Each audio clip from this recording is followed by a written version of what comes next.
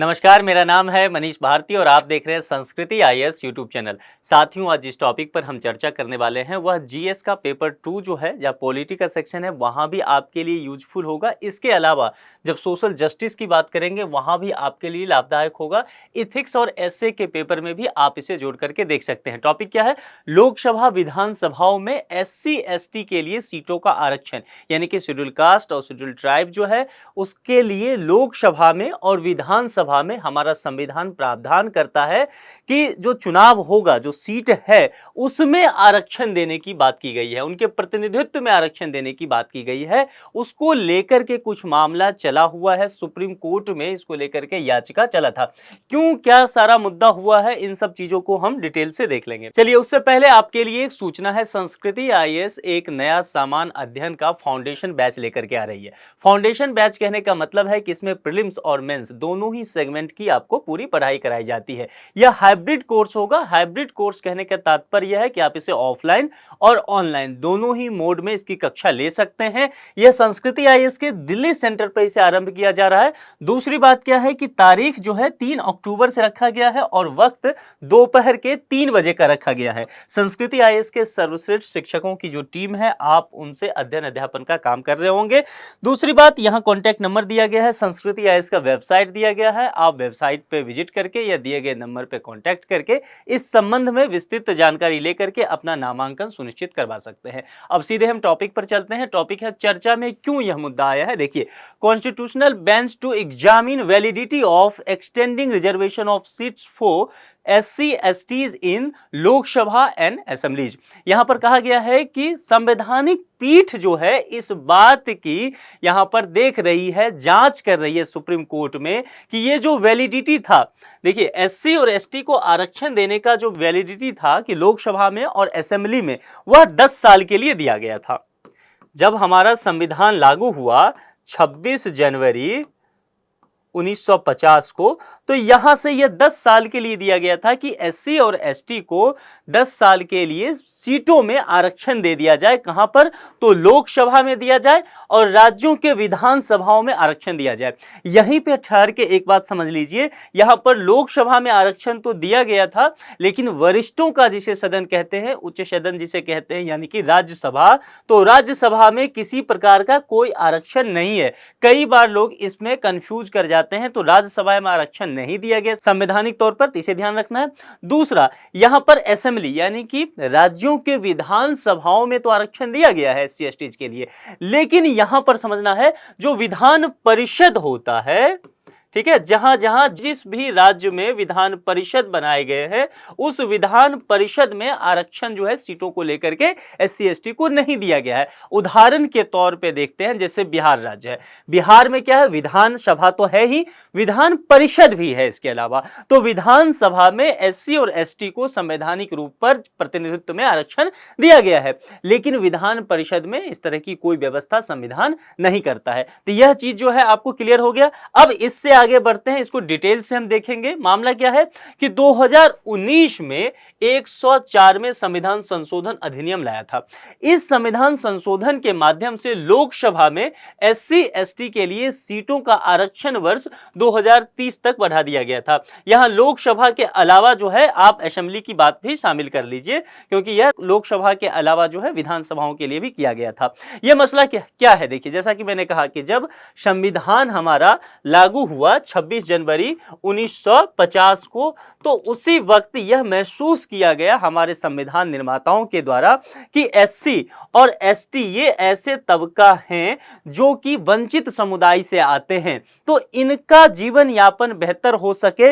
और चूंकि ये वंचित समुदाय से आते हैं, चुनाव लड़ने में खर्च होगा, ये जो है राजनीतिक रूप से शिक्षित नहीं है, तो इनका प्रतिनिधित्व चयन होकर के जो है लोकसभा में और विधानसभाओं में नहीं जा पाएगा। इस कंडीशन में यह अपनी आवाज जो है नहीं रख पाएंगे, इनके जो मुद्दे हैं वह सामने नहीं आ पाएगा, उसका समाधान नहीं हो पाएगा और वर्षों तक ये वंचित ही रह जाएंगे। इसके लिए हमारे जो संविधान निर्माता थे, उन्होंने यह तय किया कि देखिए, इनको जो है अगले 10 साल तक, ठीक है, संविधान लागू होने के 26 जनवरी 1950 जो है, यहां संविधान लागू होने के अगले 10 साल तक इनको आरक्षण दिया जाए। किस में आरक्षण दिया जाए, तो लोकसभा में भी आरक्षण दीजिए और विधानसभाओं में भी आरक्षण दीजिए, जितने भी सीट होगा उसके हिसाब से इन्हें आरक्षण दिया गया था। ठीक है, और यह बात की गई, देखिए यह 10 साल के लिए ही है। कई जगह मैंने देखा है, आपने भी पढ़ा होगा कि 40 साल की चर्चा की गई है, कई डिबेट में भी लिखा होता है, यह बिल्कुल गलत है। संविधान में इस तरह की कोई बातें जो है वर्णित नहीं है, 10 साल का ही चर्चा है, तो आप इसे ही ध्यान में रख के चलिएगा। अब क्या होता है कि जब 10 साल तक यह मामला चलता है, यानी कि 26 जनवरी 1950, तो 10 साल क्या हो गया, 1960 हो जाएगा, ध्यान रखना है। और 25 जनवरी यानी कि 25 जनवरी 1960 को यह 10 साल की अवधि पूरी हो जाती और यह आरक्षण जो इनको दिया गया था एससी एसटी को लोकसभा और विधानसभा में प्रतिनिधित्व के लिए, वह समाप्त हो जाता। लेकिन समय के साथ यह देखा गया कि जिस वांछित लक्ष्य के लिए इन्हें यह आरक्षण दिया गया था, उस वांछित लक्ष्य की हम पूर्ति नहीं कर पाए हैं। रिव्यू किया गया, ठीक है, उसके बाद यहां पर संविधान संशोधन करके उसे फिर से अगले 10 साल के लिए बढ़ा दिया गया। समझ में आया कि यहां पर 1960 में खत्म होता, इसे फिर से बढ़ा करके 1970 तक कर दिया गया कि अगले 10 साल तक इन्हें आरक्षण दिया जाएगा लोकसभा और विधानसभा में भी। जब 1970 आया तब बढ़ा हुआ भी 10 साल खत्म होने वाला था, लेकिन फिर से रिव्यू किया गया और पाया गया कि अभी भी इनकी जो स्थिति है वह दयनीय बनी हुई है, ये वंचित समुदाय से ही आते हैं। तब जाकर के इसे फिर से 10 साल के लिए बढ़ा दिया गया और इस तरह से जो है संविधान का बार बार संशोधन होता रहा और यह 10-10 साल तक के लिए बढ़ता रह गया। और फिर स्थिति यह आई कि 2020 तक यह तय किया गया कि 2020 तक जो है यह समाप्त हो जाता। 25 जनवरी 2020 तक यह समाप्त होने वाला था। उससे पहले फिर से यहां पर रिव्यू किया गया और फिर 104वां संविधान संशोधन लाया गया और इसे फिर से बढ़ा करके 10 साल तक के लिए आरक्षण को फिर से बढ़ा दिया गया। तो कब से कब हो जाएगा, 2020 से फिर 10 साल बढ़ा 104वां संविधान संशोधन के द्वारा, तो ये 2030 तक यह मामला चला जाएगा। यानी कि एससी एसटी वर्ग को यहां पर अगर आप देखेंगे लोकसभा में या फिर विधानसभा में प्रतिनिधित्व के लिए यदि आरक्षण की बात करें तो वह बढ़कर के 2030 तक हो गया है।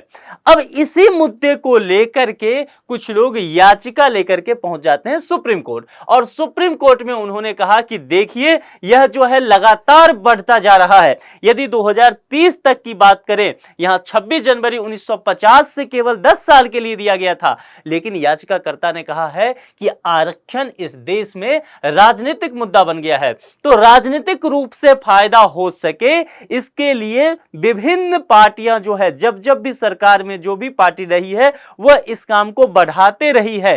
तो यहां पर देखना होगा कि इसे कब रोका जाए, क्योंकि यहां पर समानता के अधिकार का उल्लंघन हो रहा है और राजनीतिक मुद्दा बना हुआ है।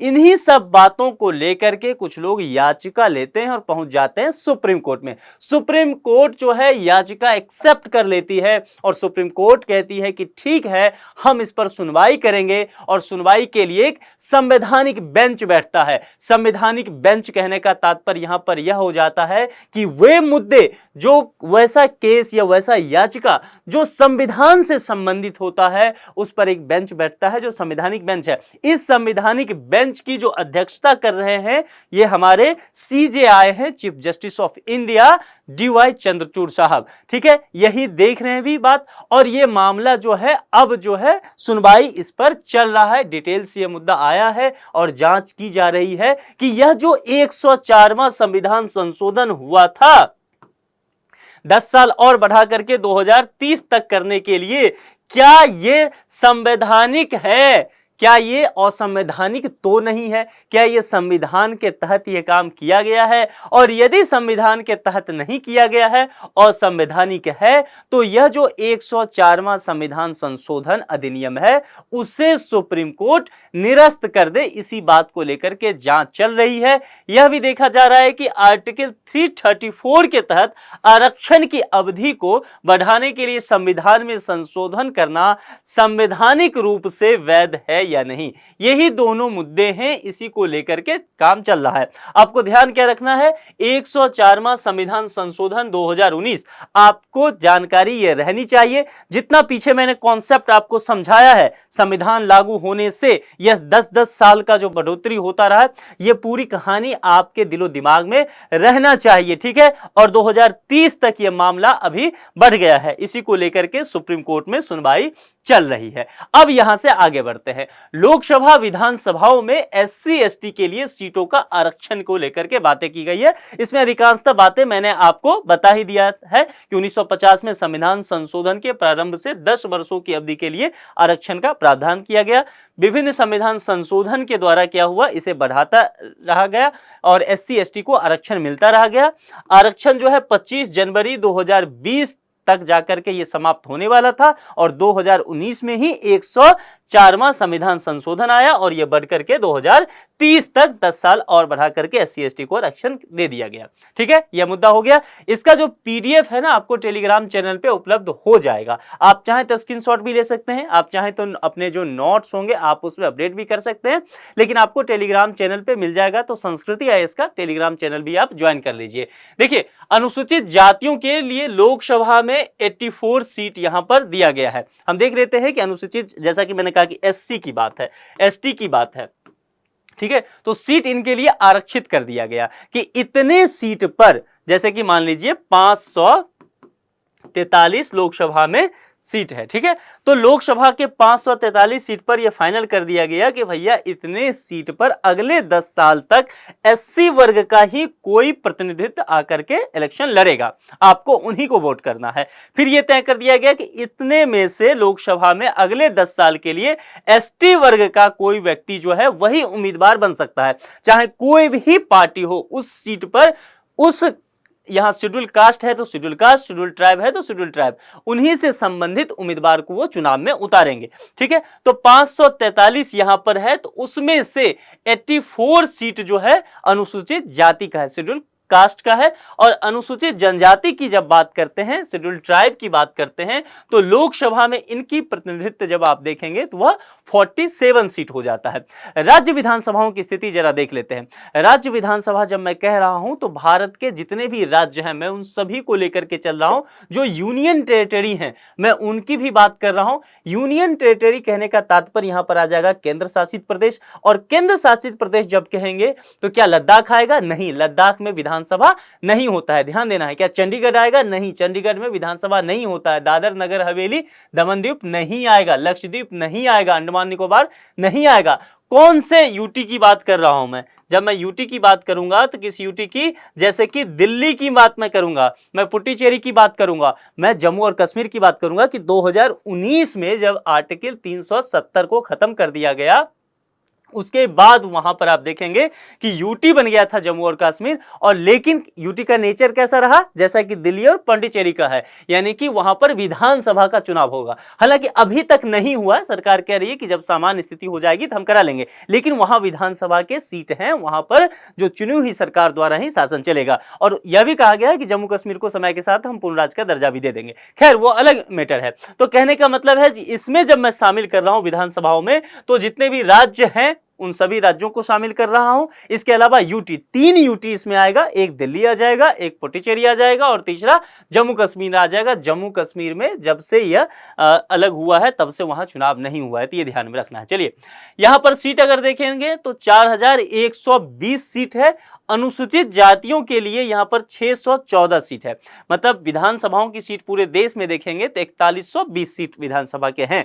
उसमें से जो अनुसूचित जाति जो है वह, अगर विधायक देखेंगे तो 614 विधायक जो हैं वह अनुसूचित जातियों से हैं। और अनुसूचित जनजाति से देखेंगे तो 554 सीट है यहां पर आरक्षित, यानी कि 554 विधायक जो हैं वह अनुसूचित जनजाति से हैं। ठीक है, अब यहां पर संविधान का अनुच्छेद 368 हमारे लिए समझना जरूरी है।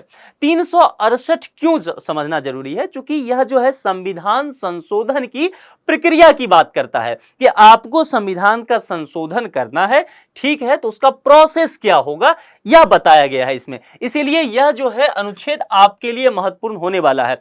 मैंने क्या कहा कि जब जब समय अवधि बढ़ाई गई है कि अगले 10 साल के लिए और आरक्षण बढ़ गया, अगले 10 साल के लिए और आरक्षण बढ़ गया, तो जाहिर सी बात है इसमें संविधान संशोधन करना पड़ेगा। और 2019 में 104वां आप जानते हैं कॉन्स्टिट्यूशनल अमेंडमेंट किया गया था, ठीक है। तो यहां पर संशोधन हुआ। संशोधन किसके तहत होगा? अनुच्छेद 368 के तहत होगा। यही प्रक्रिया बताता है। तो संविधान संशोधन के लिए संसद के किसी भी सदन में विधेयक को पेश किया जा सकता है, ठीक है। किसी भी सदन कहने का तात्पर्य यहां है कि या तो आप लोकसभा में भी उसे ला सकते हैं या फिर सरकार चाहे तो राज्यसभा में भी ला सकती है। दोनों ही सदन में किसी में उसे पेश किया जा सकता है, ठीक है। और विधेयक को जब पेश किया गया उस पर चर्चा होगी, उसके बाद आप जानते हैं कि वोटिंग होता है। वोटिंग होने के बाद ही तय हो पाएगा, बिल पास हो पाएगा। तो विधेयक को प्रत्येक सदन में कहने का तात्पर्य है दोनों ही सदन में, लोकसभा में भी और राज्यसभा में ही, दोनों ही सदन में विशेष बहुमत द्वारा पारित किया जाएगा। अब एक होता है सामान्य बहुमत, इसे समझ लीजिए। यहां पर एक क्या हो गया? सामान्य बहुमत। सामान्य बहुमत कहने का तात्पर्य है कि जितनी संख्या है, मान लीजिए पूर्ण संख्या अगर यहां पर 200 है, 200 मेंबर ऑफ पार्लियामेंट है मान लेते हैं लोकसभा में, ठीक है, और सामान्य बहुमत के तहत कोई बिल पास करना है तो 100 प्लस 1 होना चाहिए यहां पर, ठीक है। यानी कि 101 लोग जो है उस बिल के पक्ष में है। 101 मेंबर ऑफ पार्लियामेंट उन्होंने कह दिया कि ठीक है, यस मैं इस बिल को पास करता हूं, तो यह बिल पास हो जाएगा। यानी कि आधे से एक अधिक होना चाहिए। यह हो गया तो इसे क्या कहेंगे? सामान्य बहुमत कहेंगे।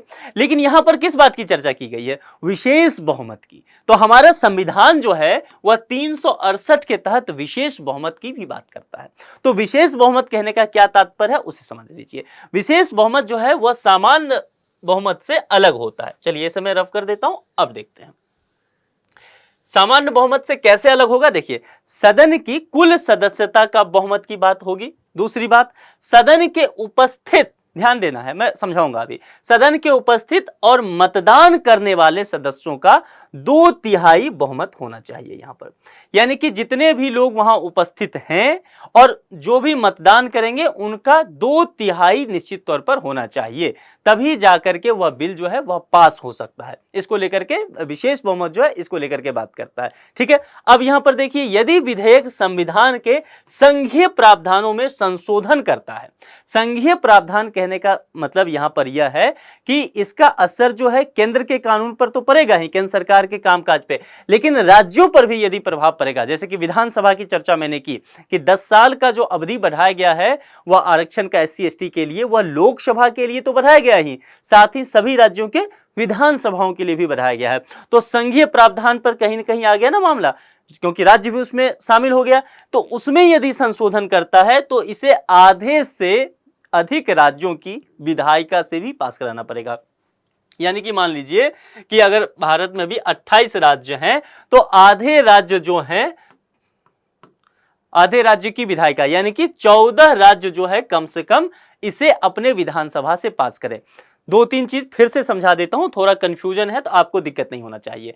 368 संविधान संशोधन की प्रक्रिया बताता है, इसे किसी भी सदन में पेश किया जा सकता है इसके तहत बिल को, राज्यसभा या लोकसभा। यह सामान्य बहुमत से नहीं होगा, यह क्या होगा? विशेष बहुमत होगा। विशेष बहुमत कहने का तात्पर्य क्या है कि यहां पर सदन में जो जितने उपस्थित हैं और मतदान करने वाले हैं उन सदस्यों का 2/3 बहुमत चाहिए, ठीक है। 2/3 बहुमत अगर मिलेगा तभी वो बिल पास होगा। इसके अलावा एक काम हो गया, लोकसभा में एक काम हो गया, ठीक है। इसके अलावा यदि ये संघीय प्रावधानों को भी प्रभावित करता है तो ये 368 कहता है कि फिर आपको देश के राज्य जितने हैं उनमें से आधे राज्यों को अपने विधानसभाओं से भी इस बिल को पास कराना पड़ेगा। तब जाकर के ये मामला जो है क्लियर होगा। तो आप समझ में आ गया, 28 राज्य तो 14 को यहां पर करना पड़ेगा, यूटी भी इसमें शामिल हो जाते हैं। चलिए आगे बढ़ते हैं। अब यहां पर देखिए, संसद के दोनों सदनों द्वारा पारित होने के बाद विधेयक को, जाहिर सी बात है आप जानते हैं, राष्ट्रपति को भेज दिया जाता है और राष्ट्रपति जो है विधेयक पर अपनी स्वीकृति जब दे देते हैं तो वह कोई भी विधेयक होता है, जैसे बाकी सारे विधेयक अधिनियम बन जाते हैं, तो इसी तरह से यह विधेयक भी फिर अधिनियम बनेगा, कानून बन जाएगा, इसके हिसाब से फिर कामकाज शुरू हो जाएगा। चलिए अब संवैधानिक प्रावधान को देख लेते हैं कि इससे संबंधित क्या क्या संवैधानिक प्रावधान है। किससे संबंधित संवैधानिक प्रावधान की मैं बात करता हूं तो SC ST को 10-10 साल जो भी बढ़ाया गया है उसको लेकर के। देखिए संविधान का अनुच्छेद 330 क्या कहता है कि लोकसभा में अनुसूचित जातियों और अनुसूचित जनजातियों के लिए सीटों में आरक्षण होना चाहिए। यह अनुच्छेद 330 कह रहा है लोकसभा के संदर्भ में, इसे ध्यान रखना है।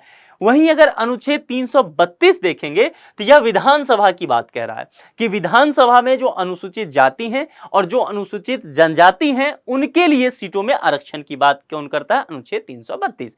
वहीं संविधान का अनुच्छेद 334A में SC ST के लिए आरक्षण की अवधि को बढ़ाने का प्रावधान शामिल किया गया है। ये तीनों ही अनुच्छेद आपके लिए महत्वपूर्ण है, इन्हें नोट कर लीजिए।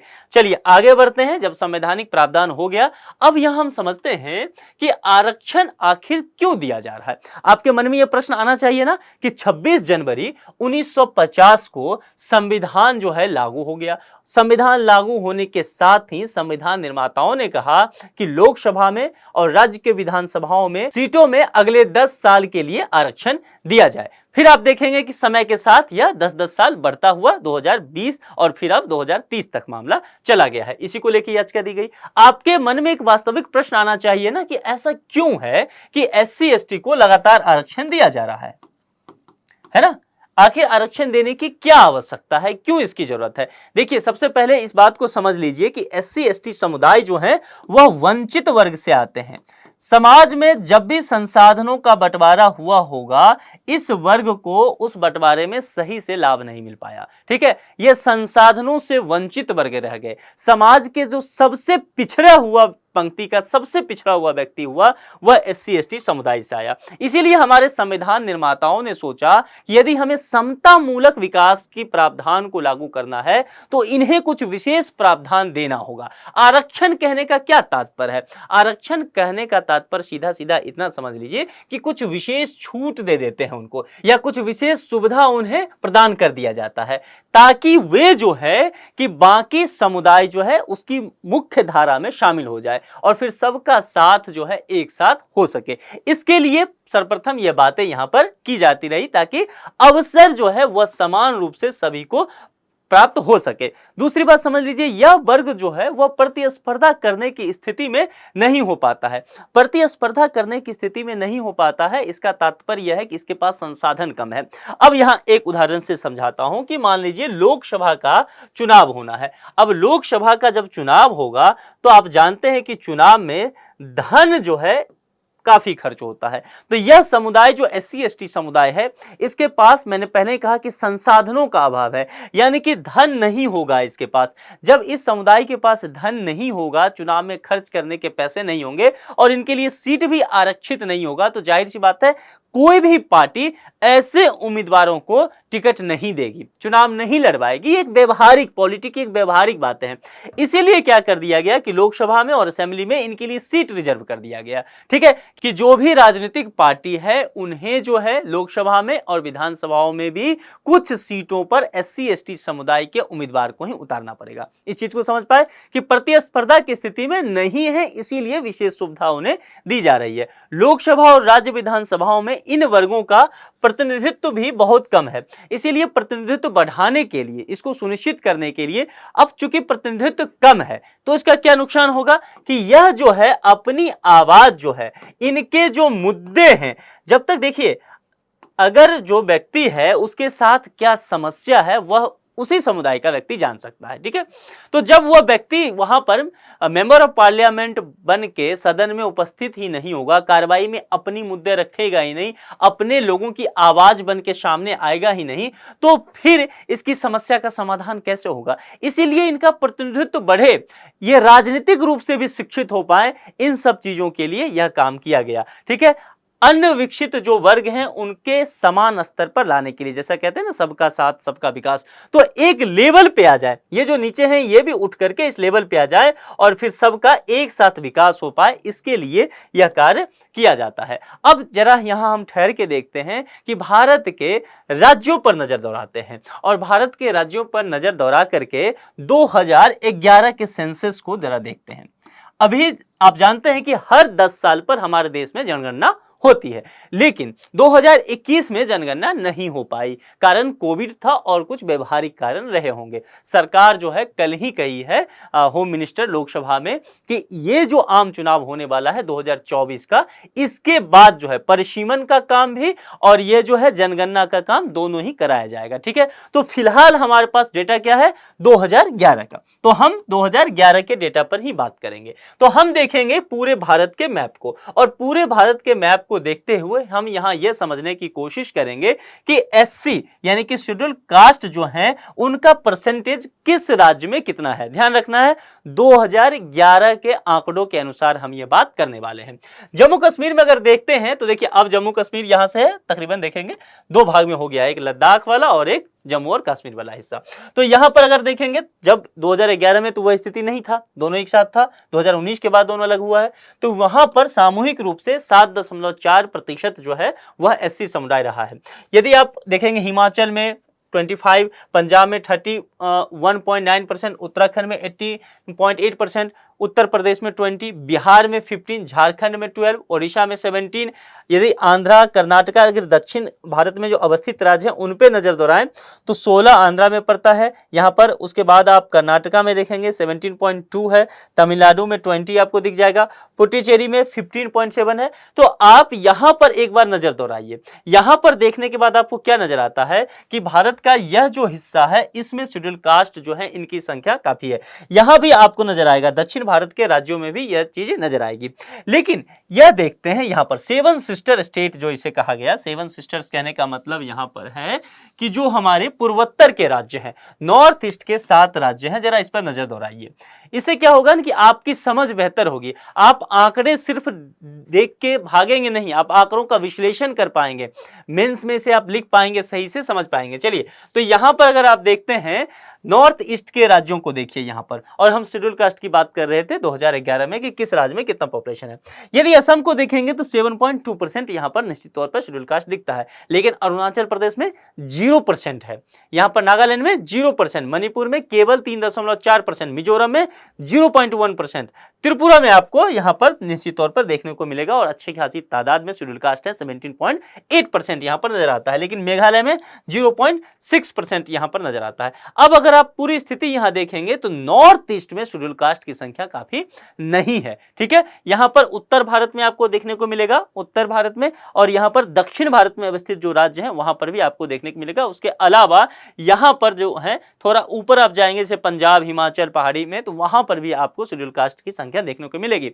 यहां पर अगर देखें ओवरऑल देखें, औसतन पूरे देश की हालत देखें तो यहां पर 16.63% देश की जो पूरी जनसंख्या है उसमें 16.63% जो है शेड्यूल कास्ट की आबादी यहां पर देखी गई है। अब चलिए शेड्यूल ट्राइब पे चलते हैं, अनुसूचित जनजाति पर चलते हैं। ठीक है, अब यदि आप अनुसूचित जनजाति की स्थिति देखेंगे तो उसे आप समझ पाएंगे, और यह भी हम 2011 के जनगणना के आधार पर ही ले रहे हैं।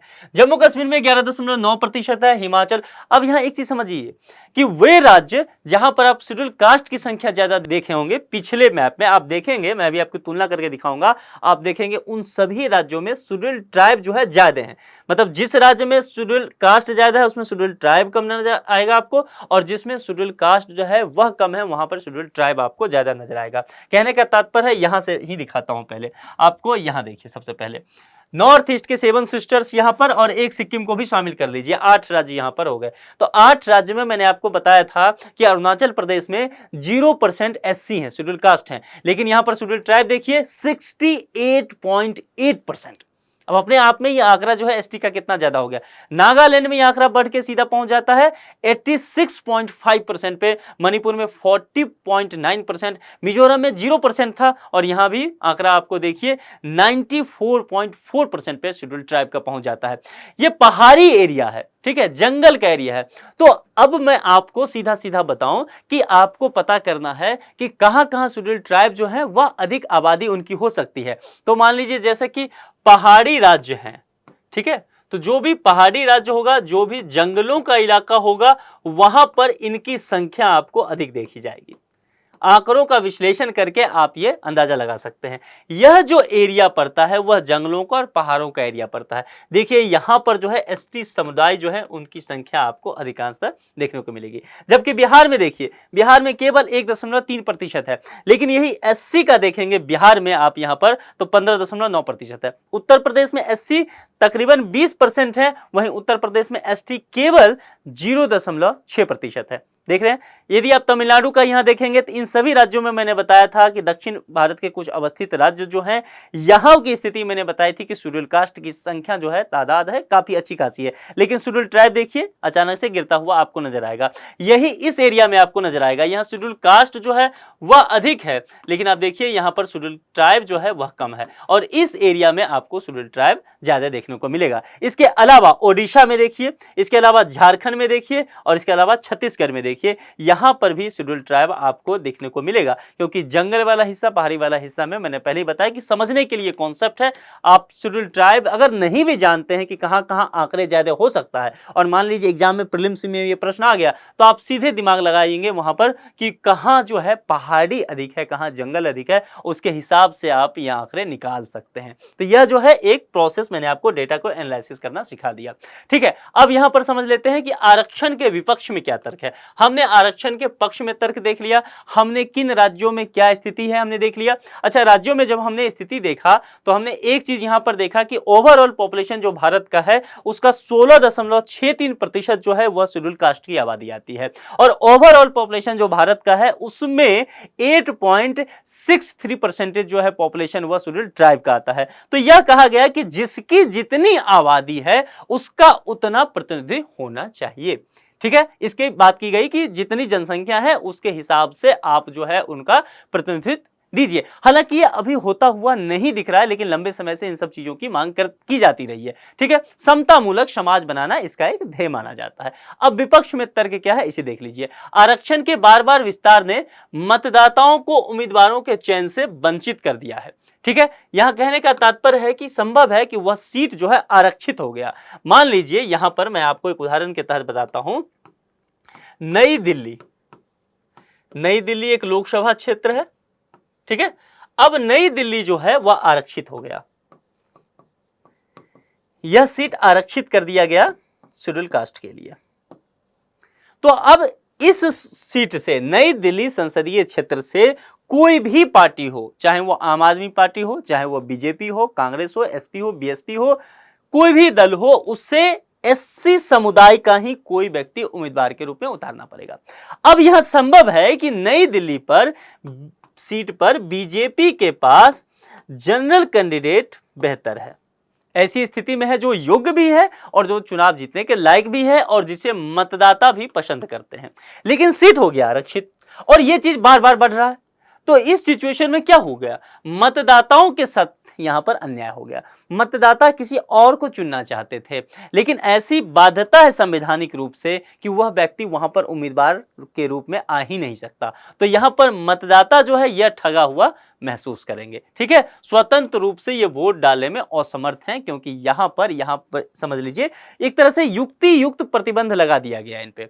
ठीक है, तार्किक ढंग से यहां पर प्रतिबंध लगाया गया इन पे। समानता के मौलिक अधिकार का भी ये उल्लंघन करता हुआ यहां पर नजर आता है। समानता की जो बात की गई है वह हमारे संविधान के मूल कर्तव्य में किया गया है, हमारा वो फंडामेंटल राइट है। संविधान का भाग 3 जो फंडामेंटल राइट पढ़ेंगे उसमें अवसर की समानता की बात की गई है। तो यहां पर यह कहा गया है कि यहां पर अगर इस तरह की स्थिति करते हैं, बार बार जो है सीट बढ़ा देते हैं आरक्षण के लिए, तो समानता के मौलिक जो अधिकार हैं उसके खिलाफ यह मामला जाता है। संविधान की मूल संरचना का उल्लंघन का भी बात किया गया है, क्योंकि अन्य समुदाय को यह आरक्षित सीटों पर चुनाव लड़ने से बाहर कर दिया जाता है, जो कि एक उदाहरण के द्वारा भी मैंने आपको बताया। अब इस टॉपिक पर एक संभावित प्रश्न है, और आप जानते हैं प्रश्न का जवाब मैं नहीं दिया करता हूं, हालांकि आप लोग बहुत अच्छा जवाब देते रहे हैं और मुझे उम्मीद है इस प्रश्न का समाधान भी आप आसानी से कर ले जाएंगे। प्रश्न जो भी होता है मैं इसी लेक्चर से संबंधित देता हूं। यह प्रीलिम्स का प्रश्न है। देखिए, भारतीय संविधान के किस अनुच्छेद के अंतर्गत लोकसभा में अनुसूचित जातियों और अनुसूचित जनजातियों के लिए सीटों का आरक्षण निर्धारित है? यहां पर ध्यान से समझना है कि किस अनुच्छेद की बात की गई है और केवल लोकसभा पूछा गया है। यहां पर जब भी मैंने बार बार कह रहा हूं कि लोकसभा के अलावा राज्यों के विधानसभाओं में भी आरक्षण है, लेकिन इस प्रश्न में केवल लोकसभा पूछा गया है, तो केवल लोकसभा में किस अनुच्छेद के तहत यह बात की गई है वह आपको बताना है।